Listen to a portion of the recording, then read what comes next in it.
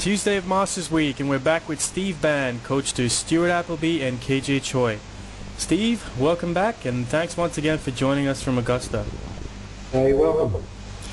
Okay, so what have Stuart and KJ been up to today? Just trying to stay warm, mainly. It's just been incredibly cold. I can't remember it ever being this cold and windy here. But I think it was in the 40s today. It might have got into the low 50s and very windy as well. So you're not exactly getting a look at the golf course the way it's going to play, because apparently the weather's going to be pretty good come the start of the tournament. So is that something they have to be a bit careful about, that they don't want to, sort of spoil their swings out in the wind or things like that? You've got to be very careful, and particularly on the range, the wind was down and out of the left, and that's not a very good wind to practice in, because it kind of gets you out of balance and you tend to lose the ball to the right, so the tendency is to start to come over the top of it a little bit. So what we made sure we did when I was working with both the guys today was hitting a lot of draw shots and deliberate fade shots and high shots and low shots, and changing up the targets, and as I mentioned yesterday, trying to hit more shots that we anticipate that we're going to be playing in the tournament. But it was very cold. KJ had a tremendous short game session this morning. He spent 3 hours around the short game area, and he really clicked in with a new feel with his pitching, which he was very excited about, because his tendency is always to lean the handle a little bit too far forward and dig the leading edge in with his pitching, and he actually got the feel of having the handle back and just returning the shaft and using the bounce more, and he was hitting some fantastic shots. Anyway, he was that excited about it, he stayed around the green for about 3 hours. Yep, confidence in your short game is always going to make you feel good about your chances at Augusta. So well, you're going to need it this week. So are the guys planning on playing the par 3 contest? Yeah, they're both playing. I think Stuart's playing with Matt Goggin at about 2:30 tomorrow afternoon. It's Matt Goggin's first Masters, and Stuart showed him around during the practice round today, and KJ's playing just after 2 with his good friend from Korea, Wei Yang. Okay, so Steve, you mentioned yesterday that there have been many close calls at Augusta for Aussies over the years. Is there a sense of sort of a collective purpose amongst all the Aussies in the field this week, or is it sort of each man for himself?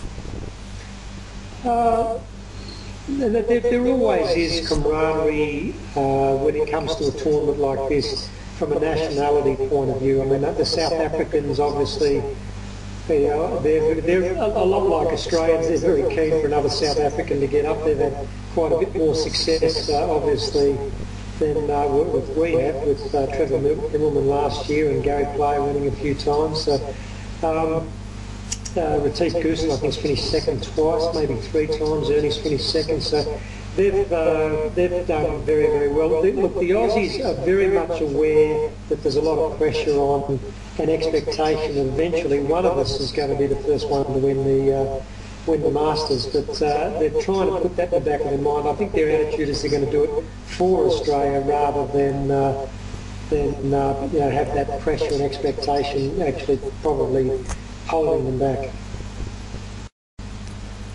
So just building on the last question, have you had a chance to meet Greg Norman, and what are your thoughts on his chances this week? Oh, well, I've played competitively against Greg for quite a few years, so I've known Greg for many years. I haven't actually spoken to him the last couple of weeks, except to say hello in the locker room last week in Houston. Look, he's as fit as probably anybody in their 30s, and the way he played the British Open last year, he played very well for the first 3 rounds in Houston last week as well. I would not be at all surprised if Greg somehow managed to scratch out a top 10, but I honestly couldn't see him going all the way, but stranger things have happened. Steve, most people can only dream of ever getting to watch the Masters in person. Is there anything about the course that people watching on TV might not be able to fully appreciate? Most people, if they've never been here, the first time that they are here, they're amazed at the elevation how much up and down and undulation there is on the golf course. The television, because it doesn't have that third dimension, you get the sense that it's hilly, but you just don't realise how big some of the climbs are, particularly the drop from the 10th tee down to the 10th green, and then from the 18th tee back up to the 18th green.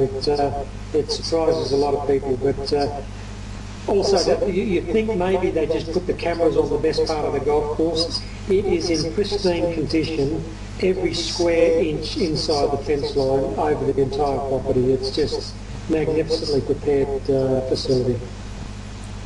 Okay, so last question. I've got a hypothetical for you. Stuart Appleby is going into the final round of the Masters, leading Tiger by a couple of shots. Now, keeping in mind what happened at Bay Hill with Sean O'Haire, what sort of mindset and strategy would you like your man to have? Well, 2 years ago, Stuart was leading the Masters by one shot, going into the last round, leading Tiger Woods, playing in the last group, and we talked about what his mindset needed to be on the day, and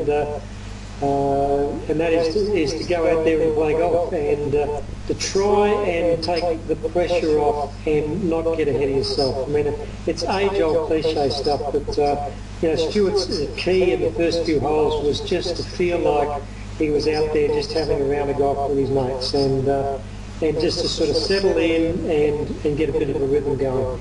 Didn't work out a couple of years ago. He still was one shot from the lead with 5 or 6 holes to go until he sucked one back in the water on 12. But the lucky thing for Stuart is Stuart's been a neighbour of Tiger's for over 10 years now, so he's probably not as intimidated by Tiger as a person as a lot of other people are out there, because they socialise and they know each other very, very well, and they've played quite a bit of golf together. But at the end of the day, I think I mentioned yesterday, it's the Masters. If you're leading the Masters going into the last day, you're just going to hit every shot the best that you possibly can, and hopefully at the end of the day that's good enough.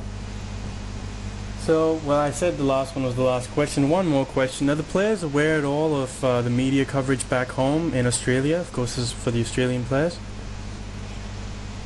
They deliberately try and stay away from it. I shared the house in 1991 with Ian Baker Finch when he won the British Open, and that was after a culmination of a few close chances. And Ian that week did not turn the television on during the news, didn't read a newspaper, a sports report, radio, basically went home at the end of every day and played in the backyard with his daughter and tried to stay away from all the media.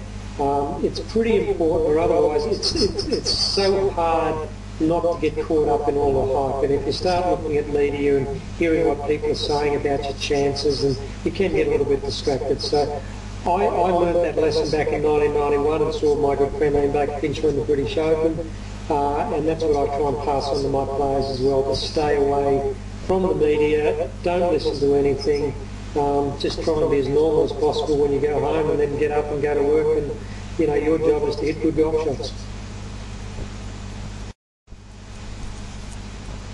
Well, Steve, thanks again for giving us your time today. Once again, you've given us a great insight into Masters Week, and we just can't wait for the tournament to get started and see the boys up there on the leaderboard. So thanks again for joining us.